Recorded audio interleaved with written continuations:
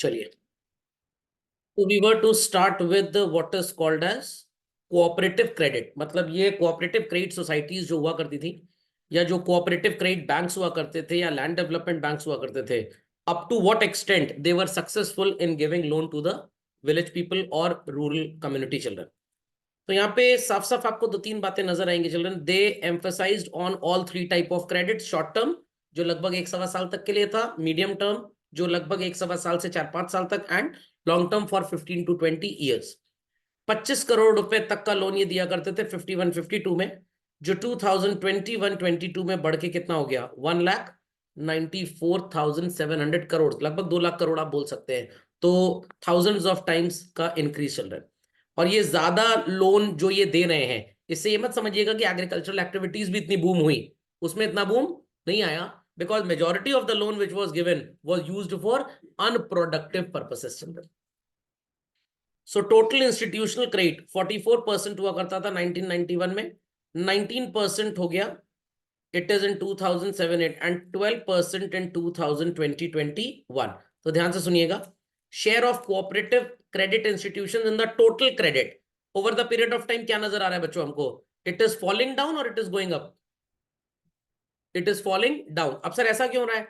ऐसा इसलिए हो रहा है because when commercial banks got a feeling कि भाई अगर हम अपनी ब्रांचेस विलेजेस में ओपन करते हैं तो हम और कॉम्पिटिटिव रेट ऑफ इंटरेस्ट पे लोन दे पाएंगे और अच्छा काम कर पाएंगे, तो लोगों की डिपेंडेंसी कोऑपरेटिव सोसाइटीज पे कम हो गई और कमर्शियल बैंक्स की जो रूरल बैंकिंग ब्रांच है उस पर बढ़ गई। तो डोंट अज्यूम कि ये डाउन थ्रो था अपनी रूरल एक्टिविटीज का, ऐसा कुछ नहीं था, सिर्फ डिपेंडेंसी चेंज हो गई।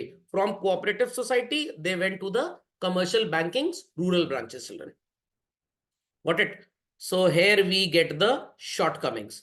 तो कोऑपरेटिव क्रेडिट सोसाइटीज की शॉर्टकमिंग्स क्या थी? सबसे पहली shortcoming children, there coverage was inadequate. Governmental institution है, सैलरी बंधी हुई सबको मिलनी ही मिलनी है, उतनी ही सैलरी मिलेगी, या आप ज्यादा लोन बांटे या कम लोन बांटे, क्या आप रिस्क लेंगे ज्यादा लोन बांटने का? बिकॉज अगर आपने ज्यादा लोन बांट दिया तो रिकवरी भी तो आप ही को करनी है उसकी, तो दैट्स वाई ज्यादा लोन नहीं बढ़ता था। So they covered 65% of the rural population, but borrowings की जहां तक बात थी, they used to cover a very very very small area. Why it was so? Because still people in the rural sector was dependent on what children? Non-institutional. क्यों non-institutional? ये last lecture में हमने पढ़ा था कि भाई इनके पास कोई भी एम्पल ऑफ सिक्योरिटी डिपॉजिट होता नहीं था, प्लस इनको सो कॉल्ड जब तक सिक्योरिटी डिपॉजिट होगा नहीं तब तक कोई बैंक लोन देगा नहीं। और जो साहूकार, मनी लेंडर और जो हुआ करते थे ट्रेडर्स गांव के, they give them dual advantage. एक तो इनको लोन भी देते थे, थोड़ा रेट ऑफ इंटरेस्ट मान लीजिए बैंक से भी कम कर दिया, और एग्रीकल्चर प्रोडक्शन इनका पूरा खरीद दिया करते थे कि भाई पूरी क्रॉप हमको मिल जाएगी। फार्मर क्या सोचता था, चलो एटलीस्ट कस्टमर भी तो मिल रहा है मेरी क्रॉप का। फार्मर को, बेवकूफ को ये नहीं पता था कि वो जो क्रॉप खरीदी जा रही है वो मार्केट रेट से कम पे खरीदी जा रही है। What it?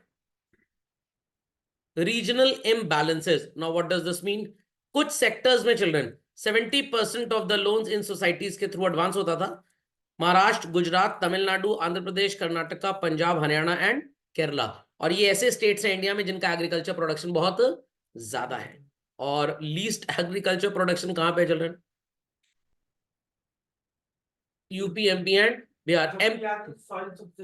हाँ नहीं, एमपी में तो आप बोल सकते हैं भाई पथरीला इलाका है, बिहार में भी थोड़ा लगभग ऐसा ही है, बट यूपी में सॉइल का उतना प्रॉब्लम नहीं है, यहाँ पे थोड़े कामचोर टाइप के किसान हैं, that's why. So tribal areas और हिली बट एरियाज। सर, एक सर्वे के अकॉर्डिंग यूपी में बहुत फर्टाइल लैंड। हाँ मैं बोलता हूँ यूपी में सॉइल की प्रॉब्लम नहीं है, यही तो मैंने बोला उज्जवल जी, मैंने यही बात तो बोली कि एमपी थोड़ा पथरीला इलाका है, बिहार भी वैसा ही है, वहां का टेरेन अच्छा नहीं है, बट यूपी में सॉइल की फर्टिलिटी का प्रॉब्लम नहीं है, यही तो बोला मैंने। What it? उज्जवल जी समझ गए? Yes sir. चलिए, ट्राइबल एरियाज में और हिली एरियाज में भी कोऑपरेटिव सोसाइटी सक्सेसफुल क्यों नहीं थी? भाई हिली एरिया में प्रॉब्लम इज दिस कि वो स्टेप फार्मिंग होती है और प्रॉपर फार्मलैंड होते नहीं है, और वो अपनी जरूरत के हिसाब से चीजों को उगाते हैं, और वो लोग ज्यादातर डिपेंडेंट है सबसिस्टेंस फार्मिंग में कि उतना ही उगाओ जितने में अपना पेट भर जाए। कमर्शियल फार्मिंग की बात उन्होंने कभी की ही नहीं। और ट्राइबल एरिया में प्रॉब्लम इज दिस, वो झींगा लाला वालों से पैसा कौन वसूल के लाएगा, पता लगा इन्हीं को रॉड में रोटेट करके भून के खा गए। तो that was the problem basically. इनएडिक्वेट resources children, cooperative societies credit तो देना चाहते थे रूरल सेक्टर को, बट नाबार्ड और गवर्नमेंट उतना ज्यादा सपोर्ट उनको करते नहीं थे। कोऑपरेटिव सोसाइटी में जो लोग पैसा जमा कराने आएंगे, out of that fund only loan could be disbursed, but वहां पैसा डिपॉजिट करने कम लोग आते थे, तो इसलिए लोन भी उतना ज्यादा मिल नहीं पाता था। और नाबार्ड एंड गवर्नमेंट भी ज्यादातर उन एरियाज को सपोर्ट करते थे जहां पे लोन्स के एनपीएस, नॉन परफॉर्मिंग असेट्स, एकदम कम हो। ओवर ड्यूज, ये तो पूरे हिंदुस्तान का प्रॉब्लम है। कोऑपरेटिव सोसाइटीज ने लोन तो दे दिए, बट रिकवरी के समय पे प्रॉब्लम आगे चल रहे, एंड 41% तक के लोन्स जून 2010 तक बच्चों रिकवर होने की हालत में ही नहीं थे। तो they had unsound lending policy, first point. Their management was so called totally inefficient, लिखना चाहिए था, गलती से इनडिफरेंट लिख गया है। They had lack of supervision, officers were less की पैसे की वसूली हो पाए। Recovery measures were also very poor. These 4 reasons were there children, जो ओवर ड्यूज का प्रॉब्लम आया। तो अब एग्जाम में जब आप इस पॉइंट को लिखेंगे तो एबीसीडी करके ये 1 2 3 4 लिख दीजिएगा जो मैंने लिखा है। Understood this? मार्क कर लीजिए इसको। इनएडिक्वेट credit, now what does this mean? Children, cooperative societies एक स्मॉल अमाउंट देती थी रूरल पॉपुलेशन को लोन के लिए। तो किसी को लैंड परचेज करना है, कोऑपरेटिव सोसाइटी से मिलता नहीं था लोन। ट्रैक्टर परचेज करना है, कोऑपरेटिव सोसाइटी से मिलता नहीं था loan. Where as regional rural banks and many a times children land development banks in सारी नीड्स को सेटिस्फाई कर देते थे। लैंड लेना है, ट्रैक्टर परचेज करना है, फेंसिंग करवानी है, पेस्टिसाइड चाहिए, सीड्स चाहिए, इंसेक्टिसाइड चाहिए, आरआरबी सब कुछ देता था। तो इसलिए लोग ज्यादातर कहां जाते थे? आरआरबी के पास जाया करते थे। इसलिए क्रेडिट इन सब से लेना बहुत कम हो गया। कॉर्नरिंग, एकदम दुबक के कोने में बैठेंगे, नहीं। कॉर्नरिंग का मतलब जो रईस किसान थे वो गवर्नमेंट के इस रूल का इलेजिटिमेट एडवांटेज उठाने लग गए। रईस किसानों को तो पहली बात लोन की जरूरत ही नहीं थी, बट व्हेन गवर्नमेंट सेड कि भाई 8% पर एनम पे हम लेंडिंग कर देंगे, ये रईस किसान भी क्या करते थे, मजाक करते थे पॉलिसीज का, और इतने पे लोन लेकर फार्मलैंड में इन्वेस्ट करने की बजाय कहां इन्वेस्ट करते थे? गाड़ी खरीद लेते थे उससे जाके। Got it clear? और इनको तो पैसे कोई प्रॉब्लम है नहीं, एंड दे न्यू कि कल को आने वाले टाइम में गवर्नमेंट की स्कीम आएगी where it would be said कि 50% लोन हमने आपका वेव ऑफ कर दिया। तो रईस किसान को तो भाई वेवर की जरूरत नहीं है, बट इस पॉलिसी से उनका भी एडवांटेज होता था। They used to grow rich day by day, और गरीब बेचारा काफी केसेस में तो लोन ले ही नहीं पाता था, क्योंकि अगर कोऑपरेटिव सोसाइटी के पास 1 करोड़ रुपए आया लोन देने के लिए, मैक्सिमम पैसा लार्ज फार्मर्स, रिच फार्मर्स लेके चले गए, जिनको पैसे की, लोन की कोई जरूरत भी नहीं हुआ करती थी।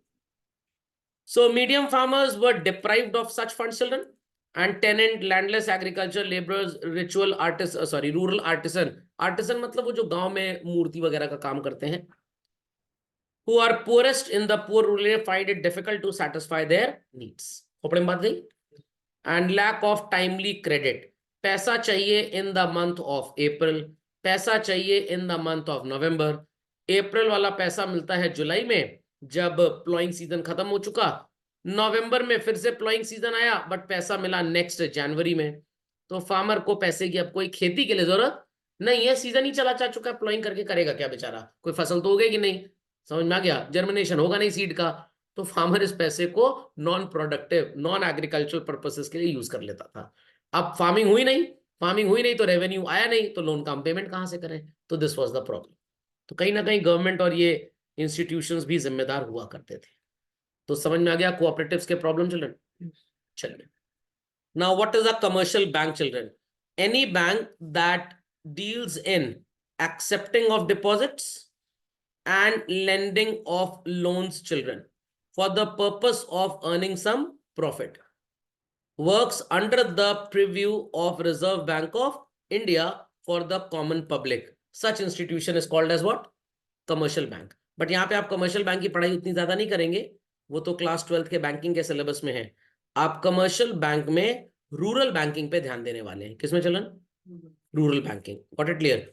तो नेशनलाइजेशन हो गया बैंक्स का 1969 में। नेशनलाइजेशन का मतलब सारे बैंक्स इंडिया में were by a rule put under the strict control of the government of India और RBI, you can say children. बिना आरबीआई रूल्स के किसी भी बैंक को ऑपरेट करने की परमिशन ही नहीं थी। And mainly they used to operate in which areas? Urban areas. And agriculture credit की जहां तक बात करें, it in the year 51-52 post independence children 1% से भी कम हुआ करता था रूरल क्रेडिट जो इन बैंक्स के थ्रू बांटा जाता था। तो this is called as what children, a shortcoming. Got it clear? 68 69 तक ये बढ़ के कितना हो गया? 2%। तो सर ये लोग ये काम क्यों नहीं करते थे? भाई ये पब्लिक के फंड्स पे पूरा चलते थे, इनको कोई फंडिंग गवर्नमेंट से नहीं होती थी। अब पता लगा मेरा बैंक है रूरल एरिया में, आप जैसे लोगों ने पैसे कंट्रीब्यूट किए, मैंने वो पैसा बैंक का लोन के नाम पे गरीब किसान को दे दिया और वो एनपीए डिक्लेयर हो गया, पैसा नहीं दे पा रहा है। Will I be able to pay back your funds? Absolutely not. इसलिए इनका इंटरेस्ट बहुत ही ज्यादा कम था। और क्यों नहीं देते थे लोन, इसका भी आपको रीजन मालूम होना चाहिए। पहला reason children, the character of agriculture is highly uncertain. Farming बढ़िया हुई तो रीपेमेंट आएगा, नहीं हुई तो नहीं आएगा। देन इनकी प्रॉपर अकाउंटिंग ही नहीं थी कि पैसा कहां से आ रहा है किसान के पास और कहां से जा रहा है, तो किसान से आप रिकवरी कर नहीं सकते। लोन्स बहुत छोटे अमाउंट के थे जिसमें स्टाफ की रिक्वायरमेंट बहुत ज्यादा थी, तो पर रुपी लोन डिस्ट्रीब्यूटेड की जो लागत थी, जो कॉस्ट थी, जो खर्चा तो बहुत ज्यादा था। खोपड़े में बात नहीं चल रही। Fourth point, the farmers didn't had adequate amount of security, जिसको वो गारंटी की तरह बैंक को दे पाए। और सबसे बड़ा प्रॉब्लम क्या था? रीपेमेंट का सोर्स। रेगुलर प्रॉफिट होगा तो लोन का रीपेमेंट होगा, but when there is no regular profit, ठेंगा लोन का रीपेमेंट होगा। तो please mark these points children, answer लिखने में शॉर्टकमिंग्स में एडवांटेज आएगा आपको इसका। सो नेशनलाइजेशन जब 69 में हुआ तो काफी रूरल ओरिएंटेशन की तरफ ध्यान किया गया और एक्सपेंशन किया गया ब्रांचेस का रूरल सेक्टर में।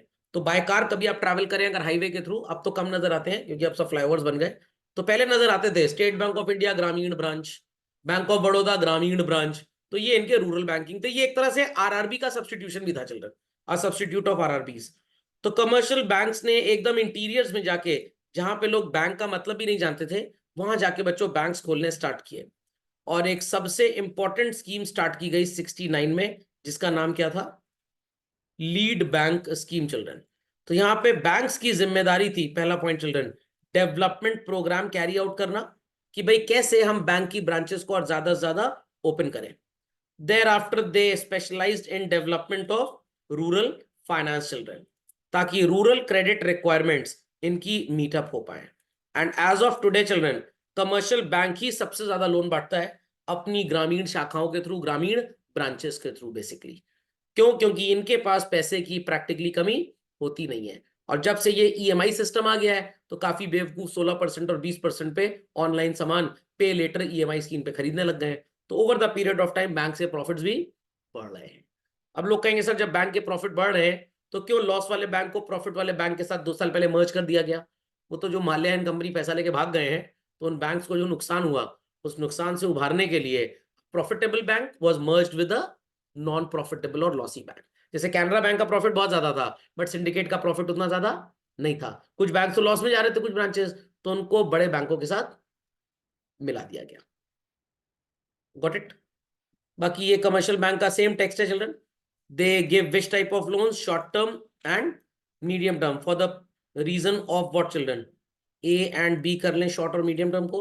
सीड्स खरीदना है, फर्टिलाइजर लेना है, मशीनरी, ट्रैक्टर, कंस्ट्रक्शन, वेल का कंस्ट्रक्शन, कुआं वगैरह खुदवाना है, ट्यूबवेल, ट्यूबवेल जानते हैं? जैसे बोरिंग होती है आपके घर में, तो गांव में बोरिंग थोड़ी और भयंकर होती है, तो उसको ट्यूबवेल बोलते हैं। ट्यूब इसलिए एक पाइप जाता है उसके अंदर जो पानी खींच के लाता है, एंड वेल वो कुआं ही होता है। तो पुराने जमाने में कुआं एक पर्टिकुलर डेप्थ तक, लेट अस से 100 फीट 150 फीट खोदा जाएगा। सो तो पानी कहाँ से आता था? तो बरसात का ही पानी आता था, और नीचे जो वाटर टेबल होती थी उससे भी पानी आता रहता था। बट अब पानी की डिमांड बढ़ गई शहरों में, तो शहर में कुआं तो खोद नहीं सकते उतना चौड़ा सा, पता लगा घर ही कुएं के साइज का है, तो इन दैट केस हम बोरिंग करवाते हैं। तो शहर की बोरिंग, गांव में एक्सपेंडेड साइज में ट्यूबवेल बोली जाती है। Thereafter children, commercial bank agriculture के अलावा भी डेयरी फार्मिंग, पोल्ट्री फार्मिंग, मधुमक्खी पालन, मछली पालन, इन सब के लिए भी लोन दिया करते थे। बट जो रीजनल रूरल बैंक और कोऑपरेटिव सोसाइटीज थी, वो इन एंसेलरी नॉन फार्मिंग एक्टिविटीज के लोन देती ही नहीं थी। तो मान लीजिए मेरी जमीन है, खेती हो रही थी पिछले 10-20 साल से, पिछले 3-4 साल से वो लैंड एकदम बंजर हो चुका है, बेकार हो चुका है, बारिश ठीक से हुई नहीं, या मान लीजिए कि कोई भी और रीजन था, हमारे पास हैंड्स नहीं है खेती करने के लिए बट बारिश तो हो रही है, तो वहां पे एक तालाब बना सकते हैं, और तालाब में क्या कर सकते हैं? नहा सकते हैं, वाटर पार्क खोल दें। आंसर, फिशरीज का काम कर सकते हैं। Got it? तो कोलकाता साइड में तो बहुत काम होता है फिशरीज का, और काफी जगह इस तरह से गांव में तालाब भी बनाए जाते हैं और वो मछलियां पाली जाती हैं, ब्रीडिंग की जाती है उसकी, और उन मछलियों को एक्सपोर्ट भी किया जाता है। सो कमर्शियल बैंक असिस्ट करता है एग्रीकल्चर सेक्टर में प्राइमरी क्रेडिट सोसाइटीज को पैसा देकर, जो हमने कोऑपरेटिव में पढ़ी थी पीएसई, वो यहां पे फिर से चली आई है। एंड इसके अलावा चिल्ड्रन इलेक्ट्रिसिटी बोर्ड को भी हम लोन देते हैं। सर ये क्या होता है? काफी बड़ा विंड मिल अगर लगाना है तो शहर में तो पॉसिबल है नहीं, कहाँ लगेगा? गांव में। समझ में आ गया? या इलेक्ट्रिसिटी डिस्ट्रीब्यूशन के लिए मान लीजिए कोई थर्मल पावर प्लांट या कोल से बिजली बनानी है एंड ऑल दैट, प्लांट लगाना है तो कहां पे सेटअप होगा? गांव में। तो commercial bank in electricity boards को भी पैसा देता है। फूड कॉर्पोरेशन ऑफ इंडिया को भी कमर्शियल बैंक लोन दे देगा। सर इनको किस लिए लोन देगा? भाई फूड कॉर्पोरेशन ऑफ इंडिया को भी तो पैसे चाहिए सरकार की तरफ से, किसान से एग्रीकल्चर आउटपुट खरीदने के लिए। तो commercial bank will give money to the FCI, food corporation of India, और फूड कॉर्पोरेशन ऑफ इंडिया उस पैसे से एग्रीकल्चर प्रोड्यूस को बाय कर लेगा। तो कमर्शियल बैंक का काम सिर्फ और सिर्फ फार्मर्स को असिस्ट करने का नहीं है children, electricity board and FCI को भी ये असिस्ट करेगा। सुनाई पड़ गई इतनी बातें? चलिए, यहाँ पे लोन देने का डेटा लिखा हुआ है चिल्ड्रन। रीजनल रूरल बैंक्स को अगर छोड़ दिया जाए तो कमर्शियल बैंक ने 2000 करोड़ के लोन दिए थे the year in which I was born, और जो बढ़ के 11,90,000 करोड़ हो गया, an increase of how many times? 533 times children. तो खैर ये डेटा रखने वाला है, आप इसको रख लेंगे। The next composition that we have is RRBs कौन होते हैं? Regional rural bank. तो मैंने आपको बोला था ना कि सबसे सर ऊपर, हाँ बोलिए बोलिए बोलिए। सर जैसे कॉरपोरेटिव बैंक्स क्या कहते हैं, अपना क्या कहते हैं जो अमाउंट होता है लोन का उसको मतलब वापस नहीं ले पाते, पर कमर्शियल बैंक्स तो ले लेते होंगे ना, क्योंकि कमर्शियल उनका बैंक भी मैनी केसेस में ये भी नहीं ले पाते। साइड के पास सिक्योरिटीज होती है, इनके पास नहीं सिक्योरिटी, तो कोऑपरेटिव बैंक भी लेके चलता था। बट प्रॉब्लम इज दिस कि मान लीजिए 100 लोग हैं सोसाइटी में, 90 लोगों ने सिक्योरिटी देकर लोन तो ले लिया, समझ में आ गया? 90 लोगों ने, अब वो लोन वापस नहीं कर पा रहे हैं, तो उनका घर आप बेचेंगे किसको? पैसा भी तो होना चाहिए इकोनॉमी के अंदर। नहीं समझ में आया? मान लीजिए कि पूरी क्लास में 10 बच्चे हैं, इज दैट क्लियर? अब जो बच्चा बीमार पड़ा, स्कूल नहीं आया, वो अपने नोट्स किसी ऐसे से कवर करेगा जो स्कूल आया है। बट अगर 10 में से 9 बीमार पड़ गए तो एक बच्चा अपनी कॉपी किसको किसको देगा नोट्स कंप्लीट करने के लिए? तो नोट्स कंप्लीशन टाइम भी तो डिले हो जाएगा ना। तो अगर 100 में से 90% लोगों ने लोन लेकर सिक्योरिटी गिरवी रख दी, अब वो लोन रीपे नहीं कर पा रहे हैं, तो उन सिक्योरिटीज को खरीदने वाले सोसाइटी में लोग ही कितने होंगे? तो सिक्योरिटी लेना is very easy. It's just like that कि आप मेरे को बोले सर जो बच्चा टाइम पे फीस ना, पेनल्टी लगा दीजिए उसके ऊपर, यहाँ फीस आ नहीं रही है, पेनल्टी कितनी आएगी? बच्चे के सर लगाते हैं पेनल्टी, हम दे देंगे सर कल को, और पता लगा 20 साल में पेनल्टी हो गई, 100 करोड़ बच्चा भाग गया। तो in that case proper real situation is this कि हम अगर सिक्योरिटी ले भी लेते हैं तो कल को अगर वो रीपे नहीं कर पाता तो हम सिक्योरिटी बेचेंगे। किसको बेचेंगे? क्योंकि मेजोरिटी लोग तो लोन लिए हुए थे। उज्जवल जी समझ गए इस बात को? Yes sir. So underneath NABARD ही हमारे चिल्ड्रन ये कमर्शियल बैंक्स भी काम करते हैं, और अंडरनीथ नाबार्ड ही हमारे regional rural banks, land development banks and cooperative credit societies काम करती हैं। हाँ, फर्क सिर्फ इतना था, कमर्शियल बैंक के पास जो इनफ्लो ऑफ मनी होता है ज्यादा होता है, क्योंकि कमर्शियल बैंक की कमाई का जरिया शहर भी है। शहर में किसी ने लोन लिया, पर्सनल लोन 16% पे, तो कमर्शियल बैंक के अगर कुछ लोग भाग भी जाते हैं तो उनको अपने इंटरेस्ट इनकम से एक अच्छा एवरेज कवरेज मिल जाता है। Whereas cooperative societies, regional rural banks तो किसी को इतना महंगा लोन देते ही नहीं, तो इनको नुकसान ज्यादा था। बात समझ में आई कि नहीं आई? पक्का? तो इट्स जस्ट लाइक दैट कि आपको मोहल्ले में एक टेंपल भी नजर आ रहा है जहां डेली भंडारा चलता है, और दोस्त भी नजर आ रहे हैं, किसके पास आप अचानक जाए तो यू आर श्योर कि खाना तो मिलेगा ही मिलेगा। भंडारे में वह तो हमेशा पड़ता रहता है। दोस्त क्या हो सकता है, खाना मिले, हो सकता है ना मिले। तो commercial bank is sort of भंडारा basically. I repeat, commercial bank is a sort of भंडारा, क्योंकि कमर्शियल बैंक ने मेरे को आईफोन खरीदने का लोन दिया 16% पे, बट गांव में रीजनल रूरल बैंक थोड़ा किसी को 16% पे लोन दे पाता है। तो रीजनल रूरल बैंक के पास, लैंड डेवलपमेंट बैंक के पास, कोऑपरेटिव सोसाइटीज के पास इतने पैसे ही नहीं होते कि उनको एक बफर मिल पाए कि अगर कोई भाग भी गया तो आउट ऑफ आर प्रॉफिट्स हम इसको कवर कर लें। वेयर कमर्शियल बैंक के पास ये बफर होता है। समझ में आई बात? उज्जवल जी समझ गए बात को? Yes sir. चलिए, तो सो कॉल्ड वीकर सेक्शंस को क्रेडिट दिया करते थे रीजनल रूरल बैंक। ये कौन से होते थे weaker sections? Marginal farmer. Sir ये कौन होता है जिनकी कॉपी में मार्जिन लाइन नहीं होती है? दो तरह के फार्मर्स आपको बताया मैंने पहले, मार्जिनल एंड इंट्रा मार्जिनल। तो कॉस्ट ऑफ कल्टीवेशन एक्स का 2 लाख रुपए था, एंड आउटपुट की सेल वैल्यू भी 2 लाख थी, तो प्रैक्टिकली इसको कोई भी सरप्लस नहीं मिला। इनका cost of cultivation 2 lakh, but output बिका 3 लाख में, तो इनका सरप्लस कितना हो गया? 1 lakh. This farmer is called as marginal farmer, जो सिर्फ इतना ही उगा पाया, जितना उगा, जितनी उसकी लागत थी उतने में ही हमारा रेवेन्यू रियलाइज होता है, तो ही इज मार्जिनल। और जो रेवेन्यू से थोड़ा ज्यादा रियलाइज कर ले, they will be called as intra marginal. Agricultural labourers, जो गांव में खेती वगैरह करते हैं, आर्टिसंस, छोटे मोटे shopkeepers, so called in banks को चिल्ड्रन इसीलिए बोला जाता था व्हाट? Small mains banks. समझ गए? समझ गए बच्चों? चलिए, अब यहां पे बच्चों 5 रीजनल रूरल बैंक सेटअप किए गए 1975 में आरबीआई से परमिशन लेकर अंडर नाबार्ड। पहला था सिंडिकेट बैंक, जिन्होंने अपनी ब्रांचेस खोली। Second was state bank. Third is Punjab Sind bank, नहीं, Punjab national bank. Fourth is united commercial bank and fifth is united bank of India. As of today आपका यूनाइटेड कमर्शियल बैंक और united bank of India merge हुए, फिर corporation bank बना, फिर ये आगे भी फर्दर मर्ज वगैरह हो गए हैं। तो इन 5 ने सबसे पहले सिस्टम चालू किया एंड 196 ब्रांचेस थी जून 2005 तक, जो बढ़ के पहले 196 थी और जून 2005 तक ये बढ़ के 14,513 ब्रांचेस हो गई है। एंड देयर आफ्टर चिल्ड्रन काफी आरआरबी, जैसे मैंने अभी आपको बताया ना, अमलगमेशन हो गया, तो 196 ब्रांचेस घट के कितनी हो गई? तो कभी कभी 2 ब्रांचेस मिलके एक हो गई, कभी 3 मिलके एक हो गई। और टोटल 2019 तक का डेटा क्या बोल रहा है? 21,850 ब्रांचेस थी। तो डेटा बहुत इंपॉर्टेंट है, आज थोड़ा कम काम आएगा, बट एमसीक्यू में बहुत काम आता है। ये एमसीक्यू में सब बातें आपसे पूछी जाएंगी। What are the achievements of regional rural banks? 600 crore की भीख से चालू हुए थे और सो कॉल्ड 1999 2000 तक ये 3170 हो गया, और 2021 तक ये कितना हो गया? लगभग 2 लाख करोड़।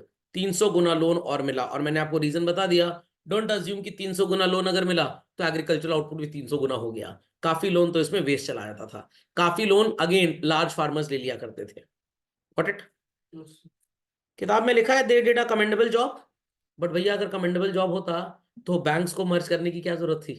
समझ में आ गया? तो झूठ पढ़ना है तो किताबें पढ़ लीजिए, हिंदुस्तान में बहुत मजा आएगा आपको। ओके, तो ये बैंक्स का जब लॉस होता है, भाई मैं अपना बिजनेस आपके बिजनेस साथ क्यों मर्ज करूंगा?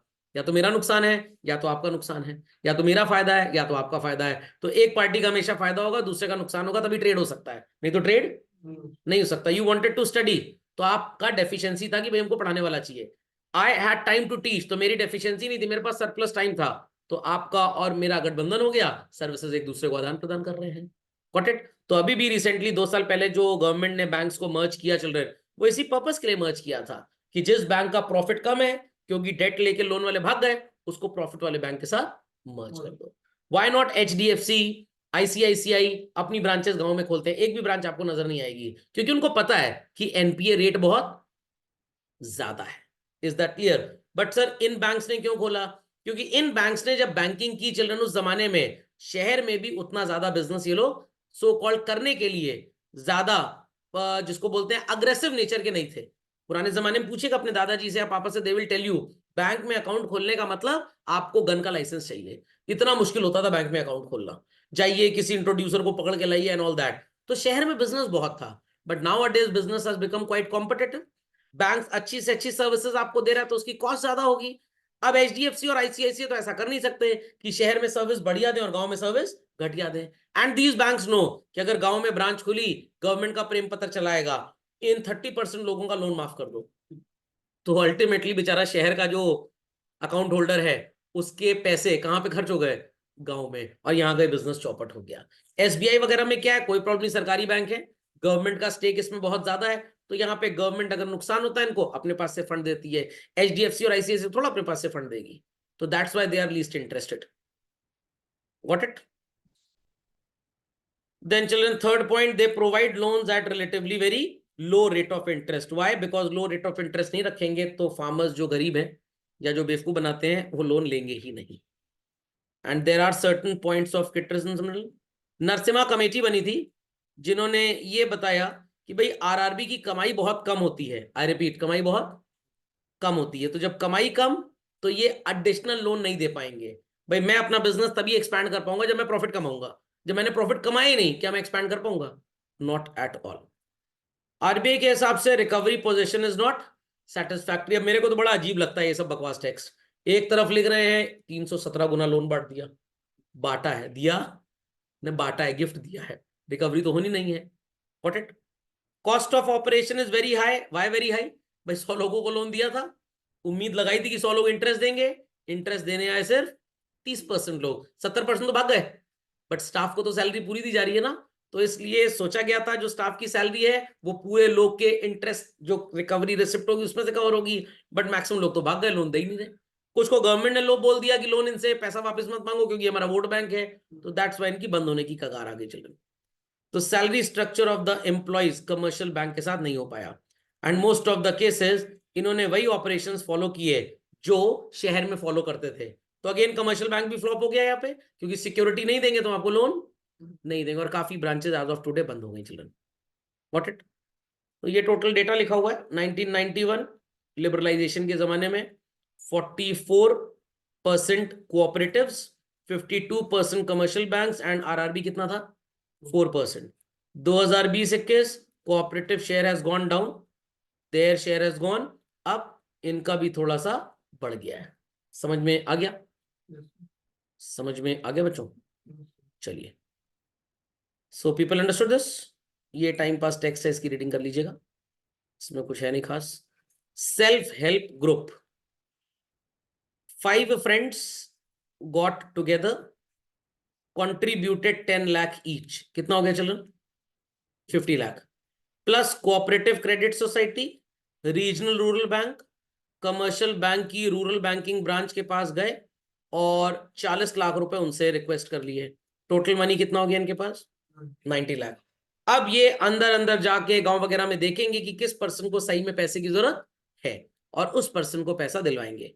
पैसा वापस देने की जिम्मेदारी इनकी होगी to the bank. Bank directly borrower से पैसा कलेक्ट नहीं करेगा। आपने बच्चों उत्कर्ष स्मॉल फाइनेंस बैंक का नाम सुना है? ये बंधन बैंक का नाम आपने सुना होगा। ये सारे के सारे पहले यही काम किया करते थे।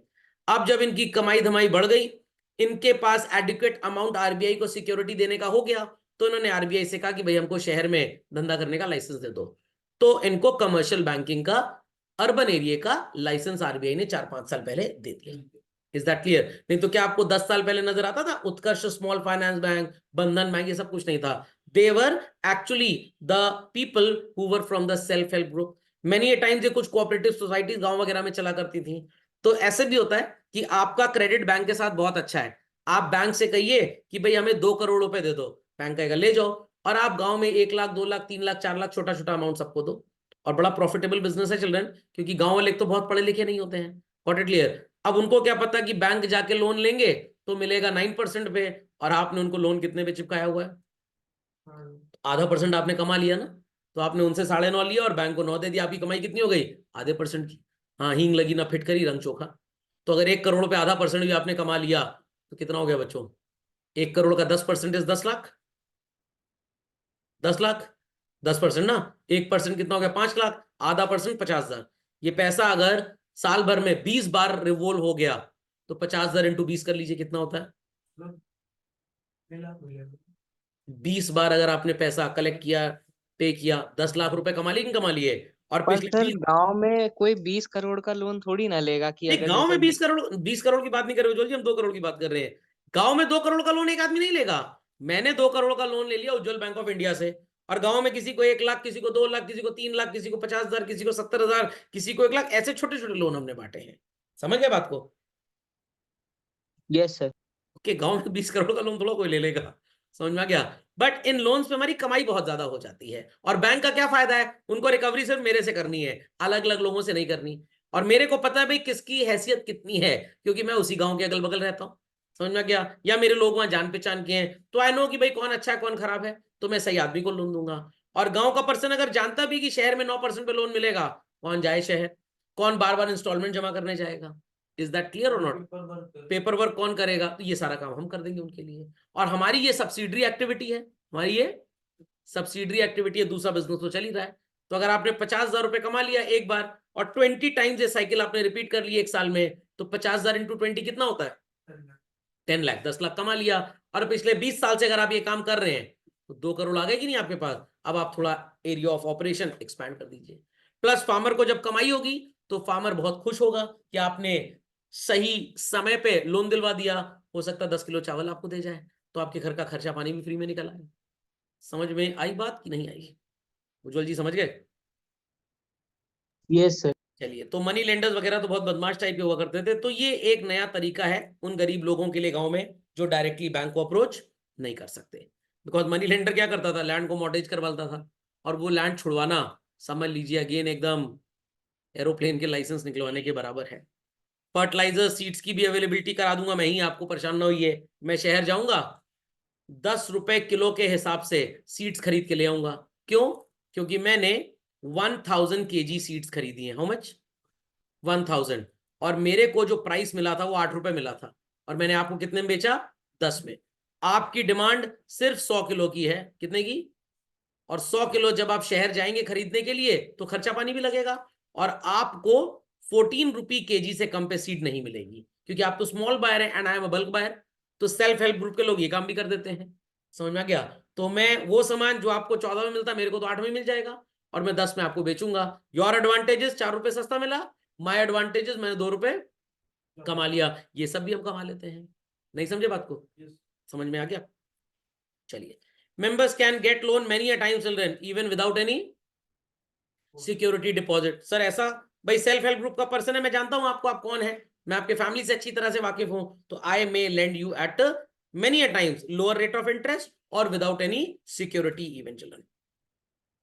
तो 5.89 सेल्फ हेल्प ग्रुप्स है चिल्ड्रन, जिसमें टोटल 64.4 मिलियन, लगभग 65-70 लाख मेंबर्स थे चिल्ड्रन। कहानी सबको समझ में आ गई बच्चों? चलिए, अदर देन एग्रीकल्चरल एक्टिविटीज, अगर और भी कोई खेती बाड़ी आप कर लेते हैं तो आपका सोर्स ऑफ अर्निंग क्या होता है चिल्ड्रन? बढ़ जाता है। सो इस डेफिनेशन को जरा मार्क कर लीजिए। Refers to reallocation of productive resources such as land, labour, capital and farm equipment into some new activities. Sir जैसे बहुत बड़ी जमीन थी, खेती बहुत अच्छी हो रही है, आपने 10% ऑफ द एरिया अलग से सेग्रीगेट कर दिया और यहां पे एक पोल्ट्री फार्म खोल दिया। गांव में लोग अंडा भी बहुत खाते हैं, गांव में कोई चिकन भी बहुत खाते हैं लोग, तो आपको गांव के ही लोग कस्टमर मिल जाएंगे, और ये 10% ऑफ द एरिया महीने में आपको 10,000 रुपए कमा के दे रहा है। साल का 1,20,000। अब क्या आपको किसी से बोरो करने की जरूरत पड़ेगी? Absolutely not. समझ में आ गई बात? So these are diversification activities children. नई क्रॉप्स भी उगा सकते हैं, लाइफ स्टॉक, मैंने अभी आपको पोल्ट्री फार्म बता दिया। So people understood the meaning of diversification children. मान लीजिए आप कर रहे हैं गेहूं की खेती, साल भर में एक ही फसल होती है, बट अगर आप मटर, चना, गोभी, आलू इनकी खेती कर लें तो मल्टीपल फार्मिंग से हो सकता है आपका प्रॉफिट बढ़ जाए। तो अब फार्मर्स ये सब काम भी करने लग गए हैं children. Got it? So agriculture diversification बच्चों दो तरह का होता है। डाइवर्सिफिकेशन ऑफ क्रॉप प्रोडक्शन, अभी एग्जांपल दिया ना, आप सिर्फ गेहूं की खेती की बजाय 2-3 क्रॉप्स उगा सकते हैं, मल्टी क्रॉपिंग, पढ़ा होगा ज्योग्राफी में। And second children, diversification into productive activity, खेती के साथ साथ पोल्ट्री फार्म, हॉर्टिकल्चर, फूल पौधा उगाने लग गए, या एक छोटा सा एक रूम बना दिया, उसके अंदर मशरूम की खेती करने लग गए। मशरूम की खेती तो भाई एक रूम के अंदर भी हो जाती है। तो इन एक्टिविटीज से आपकी अर्निंग्स क्या होगी? They will rather increase. Got it? Got it children? So it's a wider choice in production and variety of crops can be grown children. आप एक एक्टिविटी से स्विच कर सकते हैं अपने आप को दूसरी एक्टिविटीज में भी, और एक क्रॉप से स्विच कर सकते हैं अपने आप को दूसरी क्रॉप पे भी चिल्ड्रन।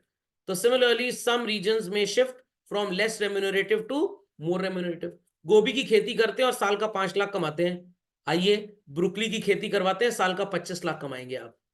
जमीन वही, इंसान वही, बट क्योंकि ब्रुकली महंगी बिकती है। समझ में आ गया? नॉर्मल मटर उगा रहे हैं, साल का 10 लाख कमा रहे हैं। अब मटर वाली एरिया को थोड़ा सा अलग कर दीजिए तो 8 लाख कमाइए, और मशरूम की खेती से 6 लाख कमाइए, टोटल कमाई कितनी हो गई? 14 लाख रुपए की। तो एग्रीकल्चर डाइवर्सिफिकेशन का बेनिफिट समझ में आ गया? Tremendous impact on agriculture children, sustainability sir और national. Basically fuller utilisation of resources हो गया। क्या कह रहे हो, क्या कह रहे हो, फिर से बोलो जो। सर रिसोर्सेज को एलोकेट करना, फुलर हाँ, utilisation of agriculture resources. Diversification का मतलब much better and more fuller, you can say, अब मोर फुलर तो शब्द खराब है अंग्रेजी में, got it clear, much better allocation आप शब्द यूज कर सकते हैं, ओके। Yes sir.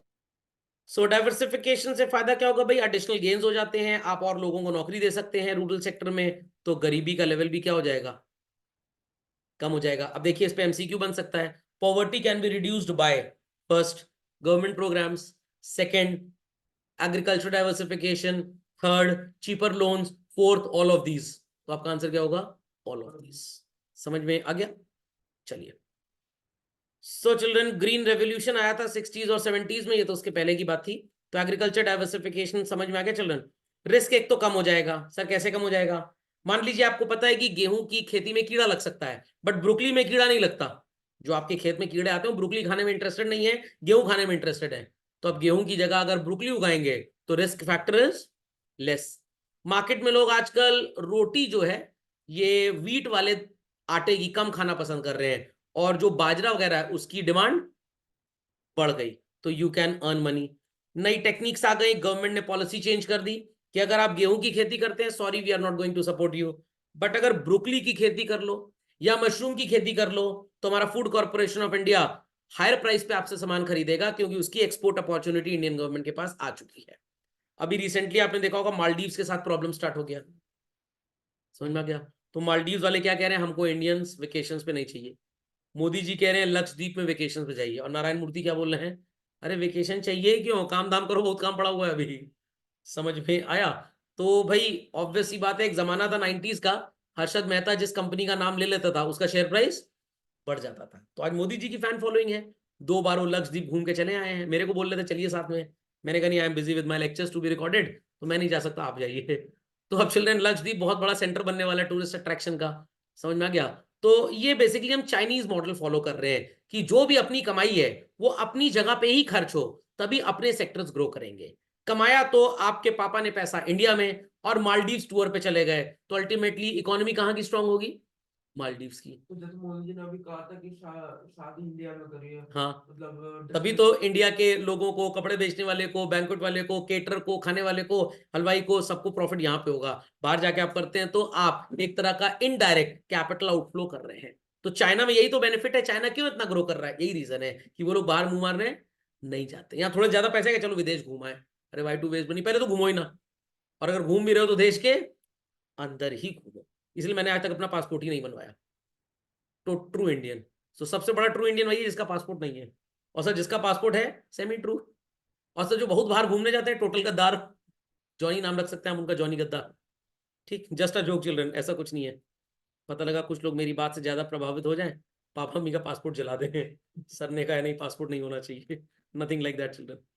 सो फार्मर्स में switch over to more drought resistant crop. Drought resistant मतलब सूखा जब पड़ जाता है तो गेहूं वगैरह की खेती, दाल की खेती, अरहर की दाल की नहीं हो सकती, बिकॉज बहुत वाटर की रिक्वायरमेंट है।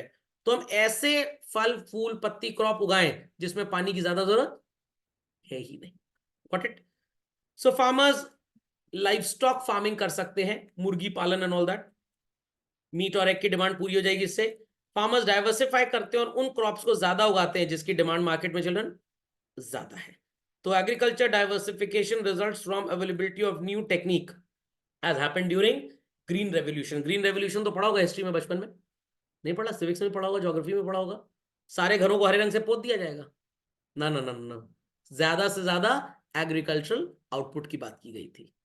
ओके, तो यहां पे है बच्चों agriculture revolution during green revolution, जो हम अगले लेक्चर में पढ़ेंगे। डॉक्टर नॉर्मन बोरलॉन्ग एंड हमारे देश के चिदम्बरम सुब्रमण्यम जी, इनको पी चिदम्बरम का रिश्तेदार मत मान लीजिएगा, and M S Swaminathan, they were the people जिनको ग्रीन रेवोल्यूशन के लिए भारत रत्न दिया गया था 1998 में, the year I pass my class 12th exam. और सो कॉल्ड काफी रिनाउंड एग्रीकल्चर साइंटिस्ट थे जिन्होंने ग्रीन रेवोल्यूशन के बारे में लोगों को बताया, और बताया कि कैसे आप वीट की और वैरायटीज उगा सकते हैं। अब यहाँ पे भी बच्चों साइंटिस्ट की जरूरत थी बेसिकली। तो हमारी कंट्री में एक M S Swaminathan research foundation भी है जो इन्हीं के नाम पे खोला गया है, और इनको 1989 में पद्म विभूषण दिया गया था। पद्म विभूषण, भारत रत्न तो आपको पता होंगे, award of the highest level, जैसे नोबेल प्राइज वर्ल्ड वाइड होता है, ये इंडिया में होते हैं चिल्ड्रन। Got it?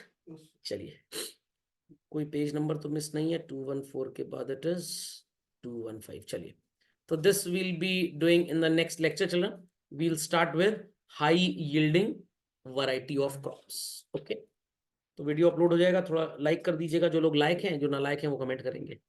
कोई क्वेरी चिल्ड्रन किसी की, प्लीज आस्क।